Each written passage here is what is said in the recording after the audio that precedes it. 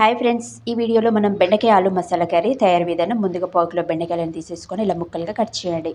2 ఆలుస్ని కూడా తీసేసుకొని ముక్కలుగా కట్ చేసి పక్కన పెట్టండి. స్టవ్ వెలిగించేసి బాండి పెట్టేసి 1 టేబుల్ స్పూన్ ఆయిల్, బెండకాయ ముక్కలు 1 టేబుల్ స్పూన్ సాల్ట్ వేసి ఫ్రై చేసుకొని ఒక సర్వింగ్ ప్లేట్లో పక్కన పెట్టండి. అదే కడాయిలో 1 టేబుల్ స్పూన్ ఆయిల్ వేసి ఆలుగడ్డ ముక్కలు కూడా వేసి ఫ్రై చేసుకోండి. ఇలా ఫ్రై అయ్యేలోపు మనం 1 కప్పు పెరుగు, 1 టేబుల్ స్పూన్ కారం, 1 టేబుల్ స్పూన్ పసుపు, 1 టేబుల్ స్పూన్ ధనియాల పొడి, 1 table spoon garam masala, 1 table spoon నువ్వుల పొడి వేసేసి ఇలా మసాలాకి ప్రిపేర్ చేసుకోండి. ఈ ఆలూస్ ఫ్రై అయినాయి కదా, వాటిని పక్కన పెట్టండి.